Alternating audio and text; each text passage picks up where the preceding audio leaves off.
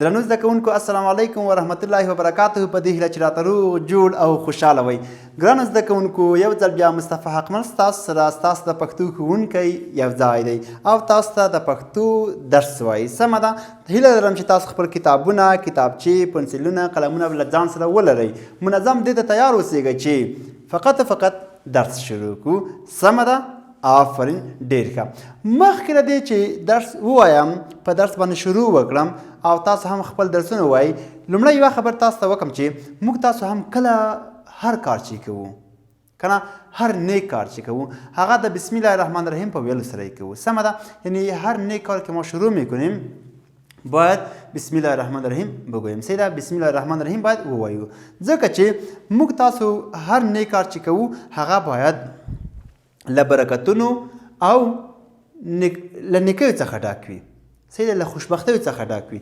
نو دا چې موږ تاسو درس شروع کوو، کتاب شروع کوو، نو موږ تاسو به ټول وایو بسم الله الرحمن الرحیم. سمه ده؟ موږ تاسو د پښتو کتاب د شپږم ټولګي دغه دی. سیده د شپږم ټولګي د پښتو کتاب مو دغه دی. پښتو شپږم ټولګي لپاره د شپږم ټولګی د درجه ژبو لپاره. سمه ده؟ آفرین. ګورئ پښتو څنګه لیکل کیږي، څه ډول لیکل کیږي. ګورئ دغه پ ده په دري کې هم شته، پاک توپ. صحیح دی. بل دغه ښین دی په دري کې نشته، د پښتو ژبې خاص توری دی ښین. بل چې دی تی ده، تی په دري کې هم شته، د پښتو کې هم شته ده. صحیح ده. بل چې دی واو دی. چې دی واو. له دې ټول څخه څه شی جوړېږي؟ که چیرې موږ دا ټول یو ځای کړو چې به ترې جوړ شي. آفرین. له دې ټول نه به جوړ شي پښتو. ګورئ پ ښین تی واو. څه شول؟ پښتو. پښتو څو ټکي لري؟ پښتو یو، پښتو دوه، پښتو درې، پښتو څلور، پښتو پنځه، پښتو شپږ، پښتو اووه. نه پښتو لیکل اووه ټکي لري. سمه ده؟ ټکی. ټکی په دري کې څه وایي؟ ګوره ټکی پښتو کې ورته وایي، په دري کې ورته نقطه وایي. څه شي؟ نقطه. یعنی نوشتن پښتو 7 نقطه داره. صحیح است؟ آفرین. ښه. موږ تاسو د پښتو کتاب ولیدلو چې دا کتاب و. صحیح ده؟ تاسو هم ولیدو. له دې نه وروسته ګورئ بیا موږ تاسو چې هر کار په بسم الله الرحمن الرحیم ویلو باندې شروع کوو. بسم الله الرحمن الرحیم وایو. صحیح ده؟ آفرین.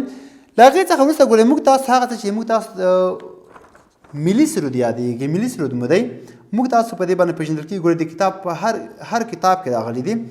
دا باید ووایو، یاد یې کړو، زده یې کړو، ځکه په دوی کې ټول قومونه، دوی کې د اتفاقۍ په دوی کې د اتحاد نښې راغلي. سمه ده؟ آفرین. ښه درنو زده کوونکو راځم کتاب ته. مو تاسو خپل کتابونه خلاص کړئ. اول مخ لومړی لوست حمد. ګورئ حمد په لغت کې ثنا او صفت ته وایي، ستایشه میږه، او په اصطلاح کې هغه وینا نظم که نثر چې په هغې کې د الله جل جلاله د ذات نومونو، صفتونو، قدرتونو پرله پسې ستاینه شوي حمد بلل کېږي. سمه ده؟ آفرین. ښه. اوس راځم حمد ته. دلته وایي آیا تاسو د حمد په معنا پوهیږئ؟ میگه آیا شما به معنای حمد میفهمین؟ حمد ثنا و ستایش ته وایي. صحیح ده؟ آفرین. بل وایي نظم و نثر څه توپیر سره لري؟ څه فرق لري نظم و نثر؟ ګوره نظم په لغت کې مرغلرو په تار کې پیل ته وایي، مرغلرې مروړې ده میږه، او په اصطلاح کې هغه وینا ده چې وزن ولري. صحیح ده؟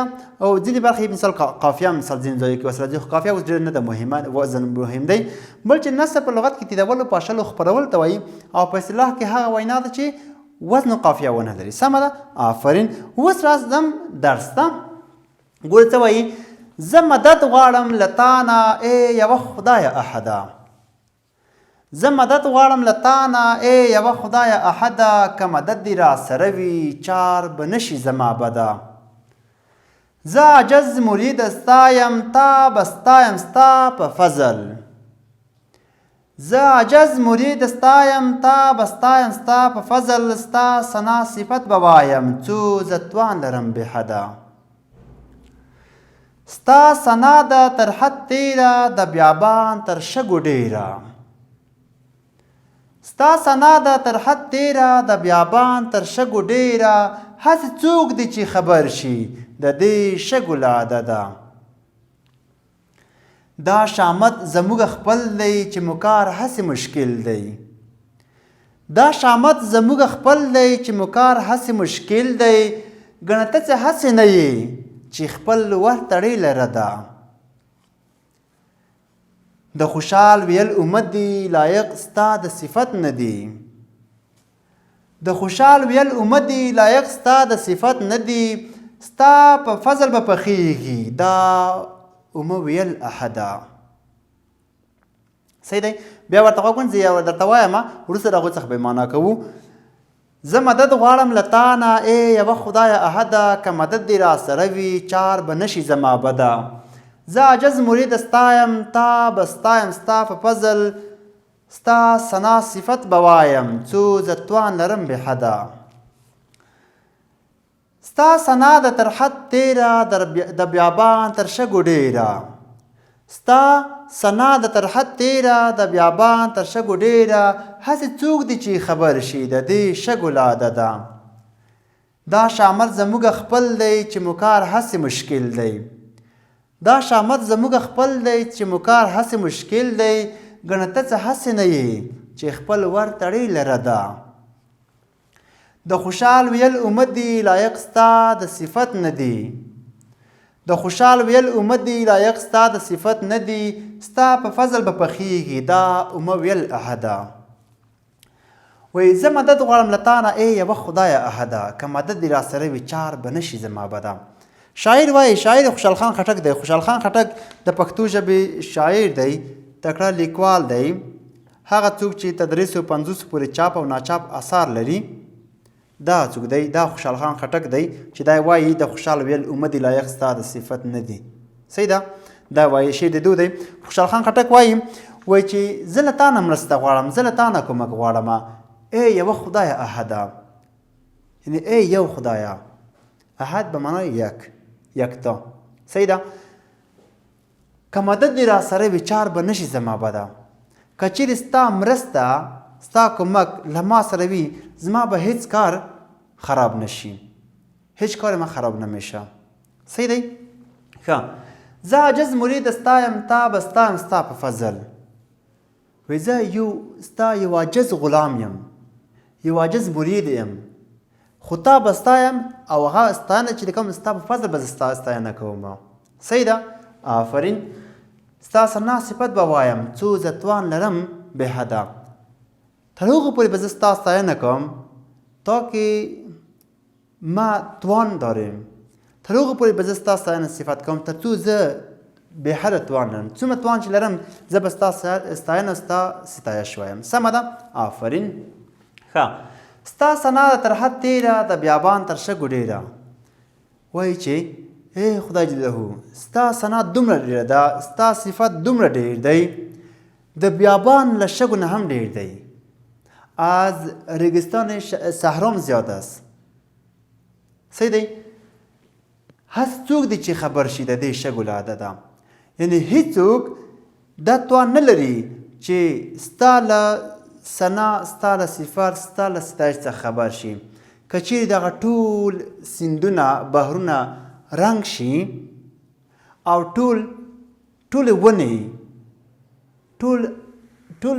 ټول نیال قلمونه شي او ټول خلک لیکل وکړي بیا به هم د خدای جل ثنا او صفت خلاص نشي دومره ډېر دي سمه ده آفرین دا شامت زموږ خپل دی چې مکار حاصل مشکل دی شامت بدبختی رمیږه وی دا زموږ خپله بدبختی ده چې زموږ کار داسې ګډوډ دی داسې ستونزمن دی داسې مشکل دی صحیح ده ګڼه ته څه هسې نه یې چې خپل ور تړې لره ده میره تو او رقم نیستی وی ته هسې نه یې چې خپل ور تړې یعنی خپل څو چې تا نه چې غواړي ته هغه ور نه کړي نه ته همیشه خپلو بندګانو ته څه چې در نه غواړي ورکوې یې صحیح ده خو دا چې موږ دا کار مو ګډوډ دی دا حالت مو ګډوډ دی دا مشکلاتو کې ګیرو دا زموږ خپله بدبختي ده ای بدبختي خود ماسته صحیح ده آفرین ښه د خوشحال ویل امت دی لایق ستا د صفت نه دی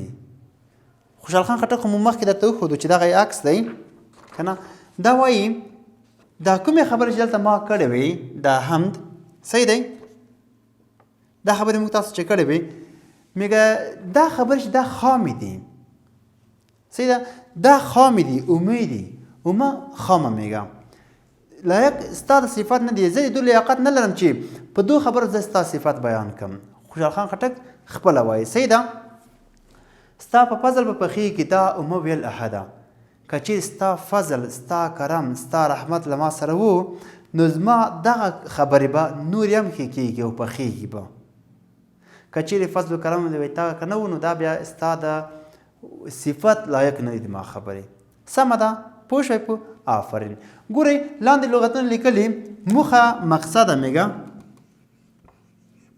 موخه هدف مقصد صحیح دی بل چې دی شامت بدبختی شامت بدبختی را میگه بدبختی اومه خام اومه خام اومه خام میگه مدد مرسته میگه کمک میگه مدد مرسته یا کمک سی دی بچه چار کار میگه چار کار تا وایی کار بچه دی مری غلام میگه مری غلام سی دی لاغی څخه وروسته بل لغت چې دی ستاینه کوم ستایشت میکنیم ستاینه کوم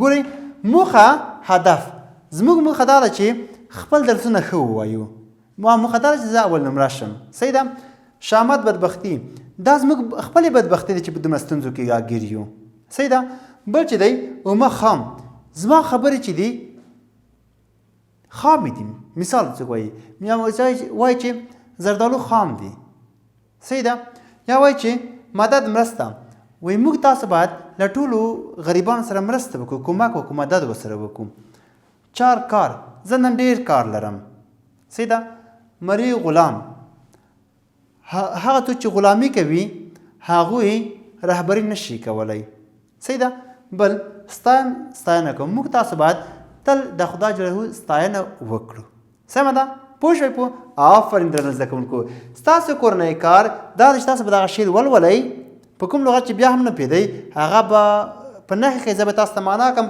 او دغه څو لغتونه 1 2 3 4 5 6 7 موخه شامت اومه مدد چار مری ستایم دا به تاسو یاد کړئ یوه جمله په خپلو کتابچو کې ورته جوړه کړئ سمه ده تر بیا هم په خدای سپارم ښې چارې